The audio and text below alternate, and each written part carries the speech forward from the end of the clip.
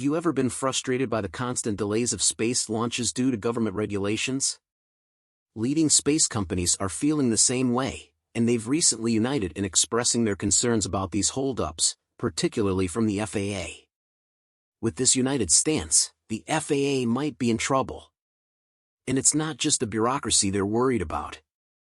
6 months, that's right, it's been exactly half of a whole year since Ship 24 and Booster 7 were launched, which is also when the U.S. Fish and Wildlife Services started its review process on Starship's environmental impact statement, investigating the Starbase launch site and the surrounding area.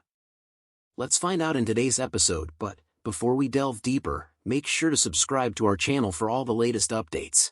Hello everyone, welcome back to another episode of my channel. This is truly a terribly long delay when compared to the actual amount of damage that SpaceX's Starbase along with the surrounding wetlands of Boca Chica suffered. However, better late than never. One could also call this a good sign that the next Starship launch is coming soon, but when will the FWS complete its survey? On Thursday, SpaceX started cleaning up the concrete debris from the inaugural Starship launch. Personnel from the Fish and Wildlife Service and Texas parks have been spotted on site, likely overseeing the process. For those wondering why SpaceX didn't do this sooner, they actually needed permission to do so. As announced before, an inspection and subsequent approval could be given within a 30 to 135-day timeframe, depending on the complexity of the task. The investigation will include an evaluation of the impact on endangered species according to the FWS. The cleanup process begins with the removal of debris and hazardous materials. SpaceX, in compliance with the US FWS recommendations, takes measures to restore the affected area, which may include replanting native vegetation and rehabilitating affected ecosystems. SpaceX must work closely with the US FWS to ensure that all regulatory requirements and environmental standards are met. This collaboration ensures that the cleanup process aligns with legal and environmental guidelines. After the cleanup is complete, regular monitoring and assessments continue to ensure that the affected area fully recovers. This involves ongoing cooperation between SpaceX and the FWS to track the ecosystem's recovery and health. Additionally, this process includes analyzing air and water quality, potential soil contamination, and the impact on local wildlife. Ahead of the hearing before the U.S. Senate Subcommittee on Space and Science, the U.S. Fish and Wildlife Service shared that its regulatory approval process for the second Starship test flight could potentially last until the spring of 2024. In a statement on Tuesday, an FWS spokesperson said their agency received a final biological assessment from the FAA on October 5, and the FWS has up to 30 days to review it. This came after the FAA sent the FWS a letter in August which requested Reinertiation of Endangered Species Act consultation. Under Section 7 of the Endangered Species Act, reinertiation of formal consultation is required when a project and its impacts change significantly. The amount of take issued previously is exceeded. We have new information on listed species not previously considered or a new species is listed, the spokesperson said. Reinertiation involving major changes in effects, analysis, or changes in the FWS biological opinion are addressed fully in a new consultation. For SpaceX's reinertiation with the FAA, we are considering the operation of a water deluge system. That new deluge system was part of a list of 63 corrective actions created as part of the SpaceX-led mishap investigation following the failed launch of the first integrated flight test on April 20 of 2023. The system has been used a few times, including on a pair of static fire tests of Booster 9, which is set to be the next to fly for SpaceX along with Ship 25. On Tuesday, the company unstacked the rocket after stacking it just a day before. Following Monday's stacking operation, SpaceX said in a post on the social media site X, "Starship fully stacked while the team prepares for a launch rehearsal. We continue to work with the FAA on a launch license. However, that license may still be a ways off." Following the 30-day review of the final biological assessment from the FAA, the FWS has 135 days to issue an amended biological opinion.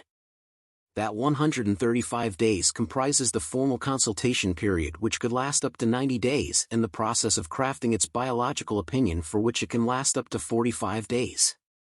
A spokesperson for the FAA said the agency will announce whether any environmental mitigations are required for the water deluge system when the environmental review is complete. The adjusted timeline comes as Bill Gerstenmaier, SpaceX's vice president of build and flight reliability, prepares to testify before the Senate Subcommittee on Space and Science on Wednesday in a panel focusing U.S. commercial human space activities. Testimony from Gerstenmaier and representatives from Blue Origin, Virgin Galactic, National Aerospace Solutions and CS Consulting will run the gamut from suborbital flights to lunar surface habitats. The last one is key for SpaceX and the Starship program. The rocket was chosen as the Human Landing System, HLS for short, for the Arvis 3 and Arvis 4 missions for NASA. Several demonstration flights of Starship will be required before NASA will authorize its astronauts to fly aboard the Starship. Those include a ship-to-ship refueling demonstration as well as an uncrewed lunar landing. In an interview this week, a senior SpaceX official said that a backlog of FAA work caused them to make some tough calls on what they want the agency to prioritize regarding their launch vehicles. Licensing at this point for Starship is a critical path item for the Artemis program and for our execution, a SpaceX official said. Certainly looking forward, into the next year, we really need to operate that program at a higher cadence of flights. 6 to 8 month turns, that's not great for the program. These delays may seem small in the big scheme of things, but a continuous delay of each and every test flight just adds up, and eventually we'll lose our lead and we'll see China land on the moon before we do, Gerstenmaier said. When asked by Senator Ted Cruz, Texas Republican, about the timeline for the HLS version of Starship, Gerstenmaier said it was hard to pin that down. During the discussion, Ted Cruz, the senator from Texas, strongly opposed the regulatory oversight for the next Starship launches, seeing the FAA's measures as overbearing environmental checks.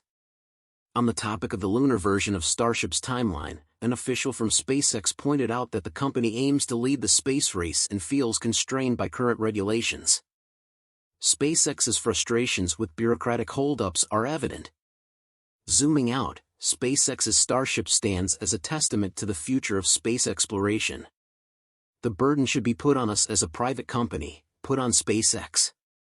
This week, at a Senate hearing, representatives from America's leading space companies, including SpaceX, Blue Origin, and Virgin Galactic, highlighted the challenges they face due to the current FAA regulatory and licensing processes. They collectively made a call for these processes to be enhanced, considering the rapid advances in space technology. During this session, SpaceX's vice president presented a compelling argument. He underscored the critical point we've reached in the space industry, emphasizing that the clock is ticking, especially with competitive threats from state actors such as China. Highlighting SpaceX's commitment and partnership with NASA, he emphasized the company's mission to land American astronauts on the moon with Starship, aiming to achieve this monumental feat before China does. Now let's be honest here. Amid all the companies voicing concerns about the stringent regulations, SpaceX undoubtedly bears the brunt of these challenges the most. While we occasionally hear about Blue Origin or Virgin Galactic's ventures, it's SpaceX that's consistently making headlines with its relentless launch cadence. When did you last hear about Blue Origin launching a rocket? That's right, it's hard to recall. Meanwhile, SpaceX's achievements in 2023 are nothing short of staggering. The company has already launched a jaw-dropping 74 rockets this year, comprising 69 Falcon 9, for Falcon Heavies, and of course, the iconic Starship. With a target to complete 100 launches by year's end, we're essentially witnessing the awe-inspiring sight of a rocket breaking the atmosphere every 3 to 4 days. Musk clearly feels hindered by bureaucratic processes. A recent tweet of his sheds light on this frustration. After the Starship launch in April, he pointed out the sluggish pace at which U.S. fish and wildlife officials were reviewing SpaceX's actions.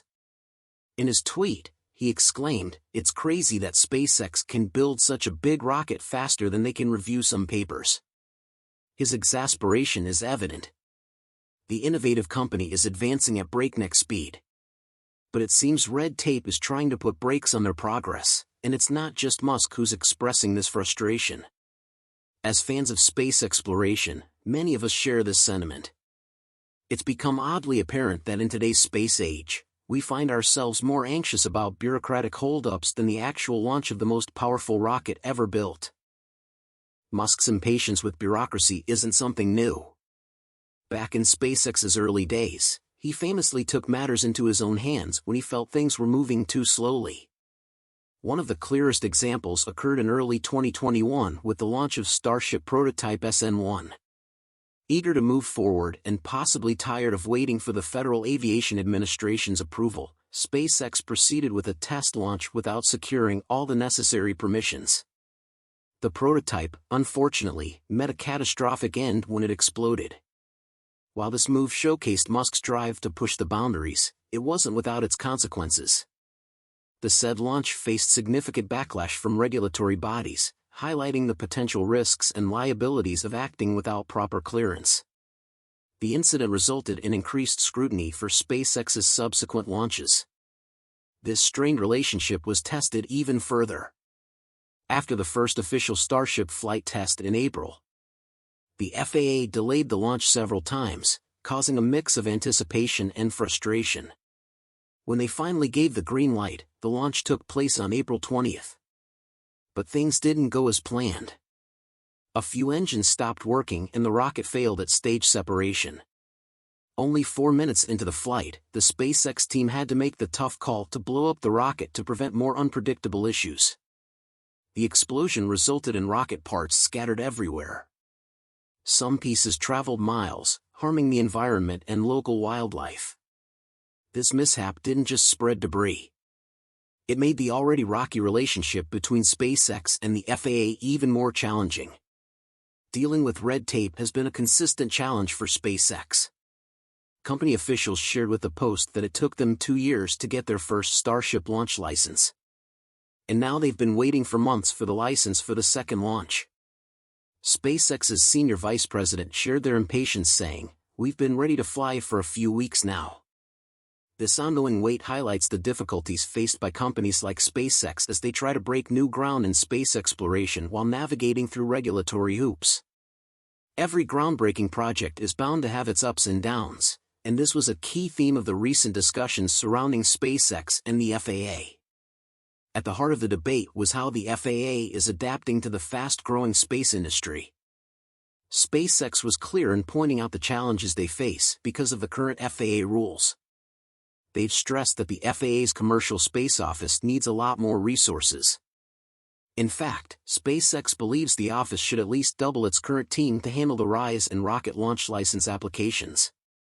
Ironically, SpaceX even hinted that SpaceX would be willing to aid the FAA in their recruitment processes if that's where the bottleneck lies. It's a telling statement on the spirit of SpaceX, not just focused on personal milestones, but on the collective progress of the space industry. If you like this video, make sure to give a thumbs up, and subscribe. See you in the next video. Thanks for watching.